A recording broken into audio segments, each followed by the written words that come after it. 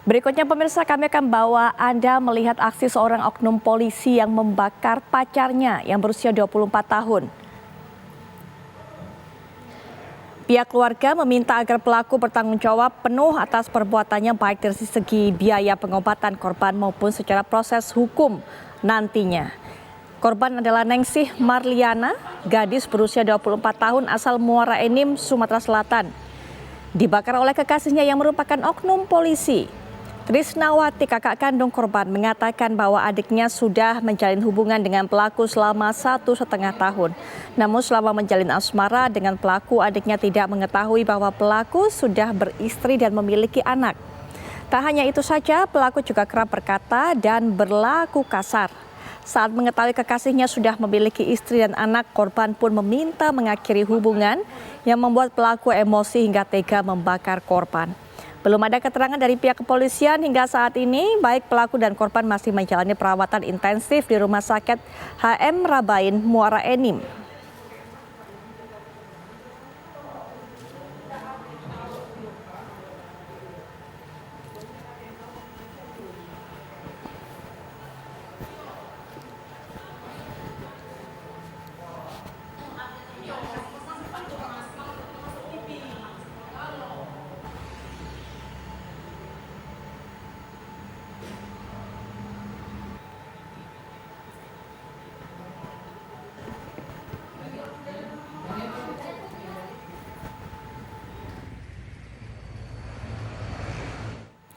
Dan pemirsa, kita akan segera mendapatkan keterangan lebih lanjut dari Ibu Trisnawati selaku kakak kandung korban. Assalamualaikum warahmatullahi wabarakatuh, Mbak Trisnawati. Waalaikumsalam warahmatullahi wabarakatuh. Baik, Mbak Trisnawati, kami turut berduka dengan musibah ini yang menimpa adik dari Mbak Trisnawati. Saat ini kabarnya bagaimana, Mbak? Baru selesai di perbal, baru selesai ganti perbal. Baik. Baik. Kemudian masih dalam pengobatan tentunya yang intensif, begitu? Iya. Ya, luka apa saja yang diderita oleh adik Mbak Trisnawati ini? Sekujur tubuhnya terbakar. Sekujur tubuh. 80% terbakar. 80% terbakar. Baik, Mbak Trisnawati, apakah sebelumnya mengetahui hubungan antara adik Mbak atau korban dengan pelaku? Iya, sebelumnya. Sudah berapa lama? Sebelumnya emang sudah tahu, dan bahkan dia minta pendapat dari beberapa keluarga, teman. Makanya dia mutusin untuk ninggalin dia karena dia sudah beristri. Sudah berapa lama hubungan ini terjalin, Mbak? Kalau hubungan katanya sih setahun lebih. Awalnya tidak tahu jika pasangannya ini atau pelaku ini mempunyai keluarga? Awalnya tidak tahu. Terus akhirnya korban bisa mengetahui, mendapatkan informasi dari mana, Mbak? Iya, banyak sumber informasi.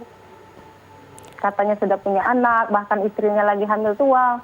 Makanya dia mutusin untuk ninggalinnya. Tapi pelaku nggak bisa terima. Hal ini udah sering kali terjadi. Bahkan pernah dilaporin sebelumnya. Tapi ya... Baik, Mbak Trisnawati sudah mengatakan ini sering kali terjadi. Nah, sebelumnya seperti apa? Tindak kekerasan seperti apa yang dilakukan oleh pelaku kepada korban, Mbak? Banyak. Dia mengancam keluarga, bahkan sempat membawa senjata tajam ke rumah orang tua saya. Baik. Dan sebelum kejadian pembakaran korban, pelaku sempat menyiram salon saya, mengelilingi salon saya bensin itu loh, pakai bensin.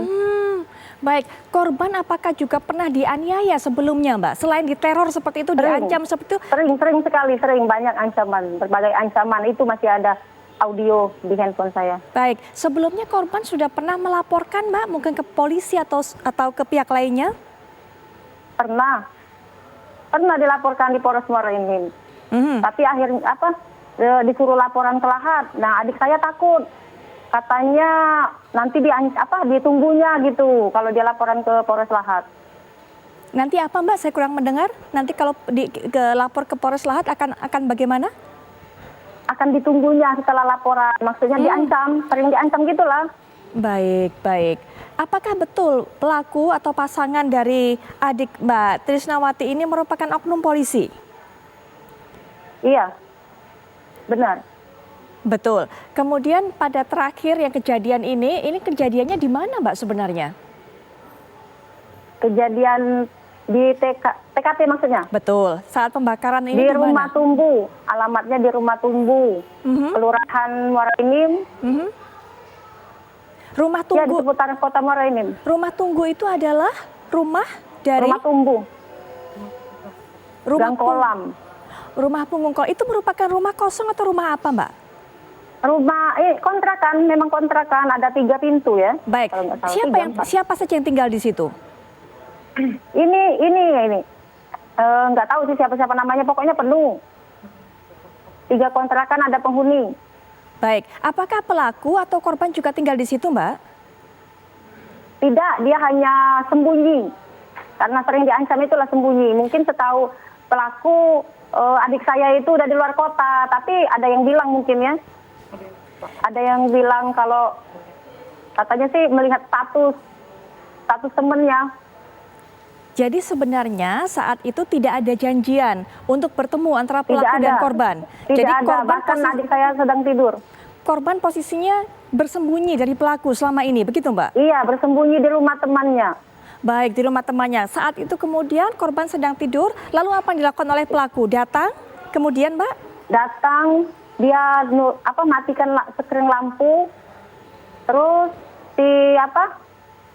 temennya buka pintu, katanya kalau habis pulsa, terus dia langsung dobrak pintu katanya, terus tiba-tiba langsung masuk kamar. Mana Neng, bilang adik saya itu ya, mana Neng katanya, langsung aja nyiram pakai bensin sebotol aqua itu loh.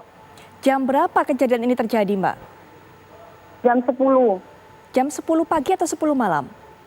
10 malam. 10 malam. Kondisi rumah pada saat itu sepi? Apakah tidak ada selain penghuni tadi yang keluar rumah? Apakah tidak ada mungkin ada satpam atau mungkin ada orang-orang tetangga dan sebagainya yang mengetahui? Nggak ada. Kebetulan saat itu masih hujan. Tapi penghuni sebelah ada di dalam. Baik. Jadi memang sudah merencanakan setahu ataupun keterangannya didapat oleh Mbak Tris ini pelaku sudah membawa bensin masuk ke dalam ya Mbak? Iya, sudah membawa bensin, dan sebelum kejadian di TKP itu juga sudah di salon sudah disiram. Salon tempat Mbak Trisnawati? Sebelumnya dia mengancam mengancam kita. Dia nyiram salon dulu baru ke tempat itu temannya. Saat di salon Baru ke lokasi. Saat di salon hanya menyiram bensin atau sempat melakukan pembakaran? Belum sempat, dia hanya menyiram bensin dan menelpon adik saya. Ngancam bakal bakar tempat saya maksudnya. Makanya adik saya membujuknya untuk tidak membakar.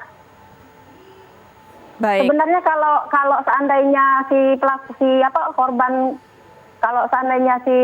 korban nggak ngangkat telepon, nggak buka blokiran si pelaku, mungkin saya yang dulu korban gitu.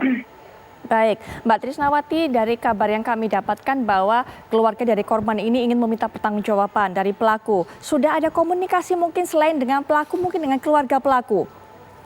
Nggak ada, sampai sekarang belum ada. Baik, pelaku saat ini kondisinya diamankan oleh pihak kepolisian ya Mbak? Iya. Ada kabar terbaru yang disampaikan mungkin dari pihak kepolisian kepada Mbak? Belum ada. Baik, harapannya Mbak? Harapan kepada oknum polisi atau gimana? Betul. Selain tadi mungkin ada upaya lainnya karena meminta pertanggungjawaban, apakah ada upaya lainnya untuk bisa menghubungi keluarga dari pelaku sehingga saat kemudian pelaku ini menjalani masa tahanannya mungkin ada pihak keluarga yang bisa memberikan bantuan untuk bertanggung jawab soal biaya juga di rumah sakit? Oke. Iya, harapan keluarga, harapan saya dan keluarga minta pertanggungjawaban atas kesembuhan adik saya dari awal sampai akhir pengobatan. Baik, kepada pihak pelaku. Dan harapannya kepada pihak yang berwajib, semoga hukum bisa ditegakkan sebagaimana mestinya. Hukum seberat-beratnya dan pecat jadi anggota. Tidak layak, karena itu memang tidak layak. Baik, Mbak karena kelakuannya melebihi. Ya, silakan diteruskan. Melebihi. Ya, karena kelakuannya melebihi pelaku kriminal. Baik. Pembunuhan berencana itu. Mbak Trisnawati, terima kasih sudah meluangkan waktunya kepada kami. Terima kasih sudah berbagi cerita. Kembali lagi kami berduka atas kejadian ini dan semoga juga pelaku selain bertanggung jawab juga mendapatkan hukuman seberat-beratnya.